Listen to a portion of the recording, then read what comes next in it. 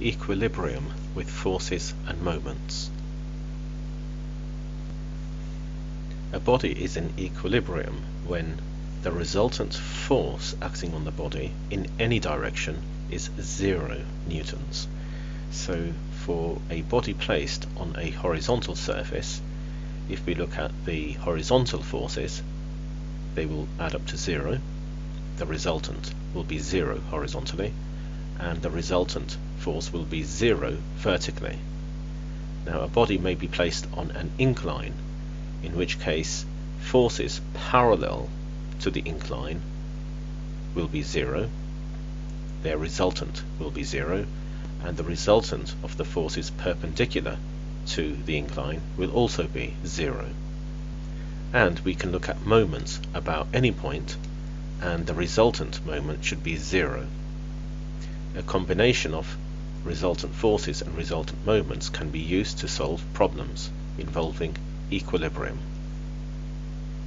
This is a uniform rod. If it was defined as being light, then it would have no mass, and you wouldn't think about its weight. But this rod is not light, it does have a mass, and because it's uniform, its weight will be at the center. And that's because if you were to take a support and place it somewhere underneath this rod, it would balance when this support would be right in the middle, which means our weight force acts right at the center.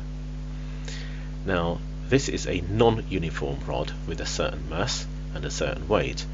Now, to balance this, intuition tells you that you shouldn't place the support in the center this time. It should be around here, somewhere to the right. So the weight will now act at this point and not in the center. Example 1. We have a uniform rod. It has a certain mass. Its weight is 20 newtons. Because it's uniform, the weight is acting right in the center. 2 supports are placed at points A and C with these distances, and there will be a normal reaction force between the rod and the support at A and at C, like so. And we have to work out the size of these normal reaction forces. Everything is in equilibrium. If we look at forces, resultant force is 0. If we look at moments around any point, the resultant moment will be 0, and a combination of looking at forces and moments is used to solve this problem. So first step, let's have a look at forces, and we're looking at vertical forces, and the resultant force will be 0 vertically. We have 2 vertical forces here, and the weight. We have the 2 normal reaction forces and the weight. There's no force acting downwards here or here because of the rod. Yeah, those forces have been taken care of with the weight, which is 20 newtons. So the upwards direction is positive, so RA plus RC minus 20 is equal to a resultant force which is 0 because of equilibrium. Moments. Now we need a point around which to take our moments. If we select point A, then this force RA will not be a part of our calculation because the distance between the force and the point is 0, so it will just cancel out. Or we can take point C, in which case this force won't take part in the calculations for moment because the distance between the force and the chosen point is 0. So these are good points to consider. So taking moments about point A, so we have force times perpendicular distance, and this is producing a clockwise rotation around point A. We're just following the arrow there and it's going clockwise about point A, and the clockwise sense is positive, so that will give us a positive moment. And then this normal reaction RC times the perpendicular distance, which is 2 meters.